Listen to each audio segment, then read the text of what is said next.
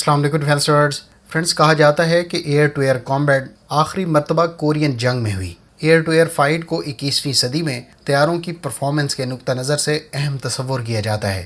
گو کہ پرانے طیارے بھی آج ایئر ٹو گراؤنڈ منیشن ڈیلیور کرنے کے لیے استعمال ہو سکتے ہیں، لیکن دشمن کے لڑاکا طیارے کے ساتھ ایئر ٹو ایئر انگیجمنٹ کسی گنجائش کی اجازت نہیں دیتی، اور ہلکی سی کارکردگی میں کمی کئی ملین ڈالر مالیت کے طیارے کے نقصان اور پائلٹ کی موت کا باعث بن سکتی ہے۔ 2010 کے بعد سے خاص طور پر فائٹر ایئرکرافٹ کی کارکردگی بنیادی طور پر اس کی نیٹ ورک میں موجود دیگر ایسٹس کے ساتھ مل کر پرفارمنس پر پرکھی جاتی ہے، جیسا کہ drones, airborne electronic warfare aircrafts اور سیٹلائٹ وغیرہ۔ لیکن پھر بھی اس طیارے کی اپنی کارکردگی اس تمام تر ایریل وارفیئر میں سب سے اہم تصور کی جاتی ہے۔ اس اہمیت کو پیش نظر رکھتے ہوئے ایئر ٹو ایئر کامبیٹ کو سب سے زیادہ ڈسکس کیا جاتا ہے۔ اس ویڈیو میں ہم آج کے لیڈنگ ایئر کرافٹس پر بات کریں گے جو ایئر ٹو ایئر کامبیٹ میں سب سے خطرناک سمجھے جاتے ہیں۔ So let's start.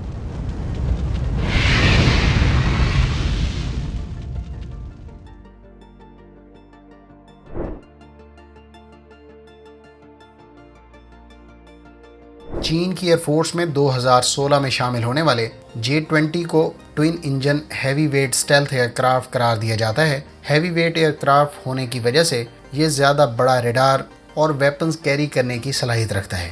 یہ آپشنز اسے زیادہ رینج، زیادہ بلندی اور زیادہ پے لوڈ اور بہتر مینووربلٹی کے ساتھ فلائی کرنے کی کیپیبلٹی فراہم کرتی ہیں۔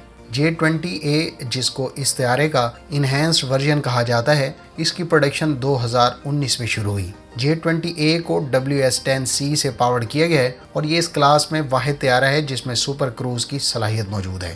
واضح رہے کہ سپر کروز سے مراد ایک خاص وقت تک انجنز کے آفٹر برنرز کا استعمال کیے بغیر سپر سونک سپیڈ میں فلائی کرنا ہے۔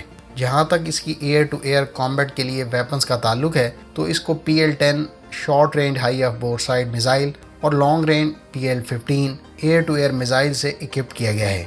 ڈسٹریبیوٹڈ اپرچر سسٹم اور سینسر فیوژن کے علاوہ state of the art avionics اور لانگ رینج میزائلز کی بدولت اس کو ماہرین دنیا کا سب سے خطرناک ایئر سپیریئرٹی فائٹر قرار دیتے ہیں۔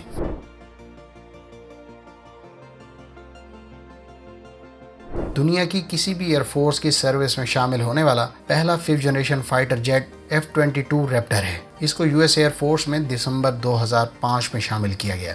ریپٹر کے ٹوئن انجن F119 انجنز کو ریولوشنری کہا جاتا ہے کیونکہ یہ اس کو سب سے بیسٹ تھرسٹ فراہم کرتے ہیں۔ F-22 ریپٹر کی اسٹیلتھ کیپیبلٹیز کسی بھی دوسرے مد مقابل پلیٹ فارم سے بہتر سمجھی جاتی ہے۔ F-22 ریپٹر کی ہر طرح کی سپیڈ میں ہائی فلائٹ پرفارمنس کو تھرسٹ ویکٹرنگ انجن سے سپلیمنٹ کیا گیا ہے، جبکہ ریپٹر کو اس ٹیکنالوجی کا استعمال کرنے والا پہلا ویسٹرن ایئر کرافٹ قرار دیا جاتا ہے۔ تاہم ریپٹر کی ایویونکس کی پرفارمنس F-35 اور J-20 سے کم سمجھی جاتی ہے۔ اس کے علاوہ اس کی دیگر یونٹس کے ساتھ ڈیٹا شیئرنگ بھی پور ہے۔ کچھ مبصرین اس کے ریڈار کو بھی آؤٹ ڈیٹڈ قرار دیتے ہیں اور اس معاملے میں اس کی بجائے F-15EX اور F-16 Block 70 کو ریٹ کرتے ہیں۔ اس کی سگنیفیکنٹ کاسٹ اور ایکسٹریملی ہائی مینٹیننس ریکوائرمنٹس نسبتاً کم انڈیورنس کو لے کر اس کی پروڈکشن 2009 میں ہی بند کر دی گئی، جبکہ ارلی ریٹائرمنٹ کا فیصلہ بھی کیا گیا ہے۔ واضح رہے کہ ریپٹر MRAM کے C8 یعنی لیٹسٹ ورژن کو فائر کر سکتا ہے۔ فیوچر کے انڈر ڈیولپمنٹ AIM-260 کو بھی اس ایئر کرافٹ سے فائر کیا جائے گا۔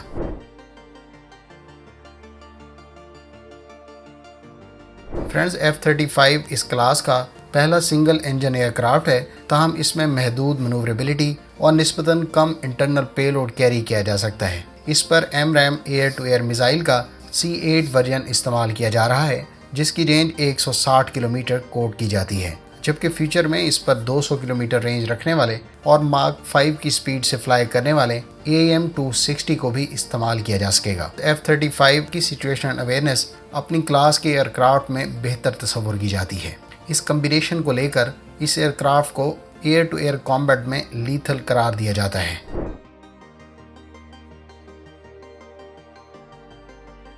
فرینڈز روس کی جانب سے Su-57 5th generation year craft کی کوششیں کافی عرصہ پہلے شروع کی گئیں۔ گو کہ اس نے 2010 میں فرسٹ فلائٹ لی، لیکن ابھی بھی یہ اسکواڈرن لیول اسٹرینتھ تک نہیں پہنچا۔ Su-57 کو اس کلاس کا پہلا طیارہ قرار دیا جاتا ہے جس کو کامبیٹ میں بھی ٹیسٹ کیا گیا ہے۔